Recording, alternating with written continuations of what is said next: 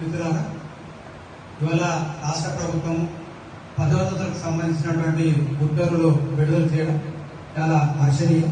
ఎందుకంటే గత 10 సంవత్సరాల కాలంగా ఒకేసారి పదోన్నతులు కల్పించినటువంటి ఆ ప్రభుత్వానికి భిన్నంగా ఈ ప్రభుత్వము వచ్చిన ఏడాదిన్నర కాలంలోనే రెండోసారి ఇవాళ ఉపాధ్యాయులకు పదోన్నతులు కల్పించడం అనేటువంటిది చాలా సంతోషకరమైనటువంటి విషయం. కాబట్టి ఇవాళ పదోన్నతులు జరుగుతున్నటువంటి సందర్భంలో జిల్లాల అధికారులు మరి నిష్పక్షపాతంగా పారదర్శకంగా సీనియర్ లిస్టులు తయారు చేసి ఏ ఒక్కరికి కూడా అన్యాయం జరగకుండా ఉపాధ్యాయులకు న్యాయం చేసిన విధంగా పదోన్నతులు కల్పించాలని చెప్పేసి తెలంగాణ ఐక్యోపాధ్యాయ ఫెడరేషన్ టీయూటీఎఫ్ డిమాండ్ చేస్తామని, అదేవిధంగా మరి గతంలో మరి ప్రభుత్వం ఇచ్చినటువంటి ఆ మేరకు మరి పండితులకు పీఈడీల పోస్టులు అన్నిటి కూడా అప్గ్రేడ్ చేసి పదోన్నతులు ఇవ్వడం అనేది జరిగింది. మరి గత ప్రభుత్వంలో ఉన్నటువంటి పెద్దలు అదేవిధంగా అధికారులు ఇవాళ 10,000 PSHM పోస్టులు భర్తీ చేస్తామని చెప్పేసి హామీ ఇవ్వడం అనేది జరిగింది. ఆ హామీగానే మిగిలిపోతున్నటువంటి సందర్భంలో ఇదే పదోన్నతులలో మరి 5,571 PSHM పోస్టులు పదోన్నతుల ద్వారా భర్తీ చేయాలని చెప్పేసి తెలంగాణ ఐక్యోపాధ్యాయ ఫెడరేషన్ టీయూటీఎఫ్ డిమాండ్ చేస్తా ఉన్నారు. అదేవిధంగా మరి గతంలో మ్యూచువల్స్ కింద చాలా మంది ఉపాధ్యాయులు ఇతర జిల్లాలకు రావడం అనేటువంటి జరిగింది. మరి ఆ సందర్భంలో వారు ఈ కొత్త జిల్లాకు వచ్చినటువంటి సీనియారిటీని జీరో చేస్తూ వాళ్ళ సర్వీస్ ని పరిగణిస్తున్నారు. కాబట్టి పాత సర్వీస్ ను కూడా పరిగణలోకి తీసుకొని మ్యూచువల్ కింద వచ్చినటువంటి వాళ్ళని కూడా సీనియారిటీ లిస్టులో చేర్చాలని చెప్పేసి మేము డిమాండ్ చేస్తున్నాం. గతంలో ఎట్లయితే స్పౌస్ టీచర్లకు సీనియారిటీని కౌంట్ చేశారు, అదే రకంగా ఇప్పుడు కూడా మ్యూచువల్ టీచర్లకు కూడా సీనియారిటీని మరి కౌంట్ చేయాలని చెప్పేసి మేము కోరుతా ఉన్నాం మిత్రులు. అదేవిధంగా ఈహెచ్కి సంబంధించినటువంటి సమస్యలు కూడా ఉన్నాయి.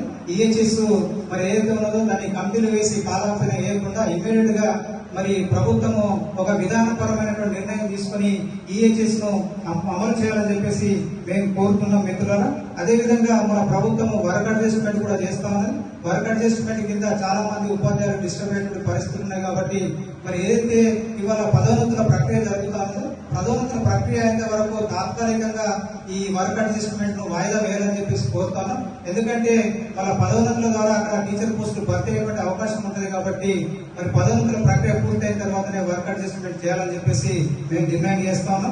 అదేవిధంగా ఈ మధ్య కాలంలో కొంతమంది అంటే ఎడ్యుకేషన్ సిస్టమ్ కు సంబంధం లేనటువంటి వ్యక్తులను విద్యాశాఖాధికారులుగా ఈ ప్రభుత్వం నియమిస్తా ఉన్నది. కాబట్టి మేము కోరేది ఏంటంటే పీఈడీ చేసినటువంటి వాళ్ళను మాత్రమే, ఎడ్యుకేషన్ సిస్టమ్ కు రిలేటెడ్ గా ఉన్నటువంటి మాత్రమే ఉపాధ్యాయులు విద్యార్థుల విద్యా సమస్యల పట్ల అవగాహన ఉంది మరి ఏదైతే పీఈడీలు చేసినటువంటి వాళ్ళని మాత్రమే జిల్లా విద్యాశాఖాధికారులుగా నియమించాలని చెప్పేసి తెలంగాణ ఐక్యోపాధ్యాయ ఫెడరేషన్ డిమాండ్ చేస్తా ఉన్నది. అదేవిధంగా ఇవాళ పెండింగ్ బిల్లు కూడా చాలా పెండింగ్ లో ఉన్నటువంటి పరిస్థితి మనం చూస్తాము.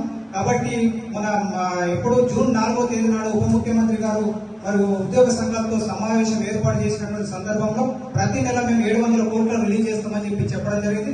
గత నెలలో జూన్ లో కేవలం 183 కోట్లు మాత్రమే రిలీజ్ చేయడం జరిగింది. కాబట్టి గత నెల ఈ నెల అంటే జూలై నెల రెండు కలిపి మరి 1,217 కోట్లు వెంటనే రిలీజ్ చేయాలి.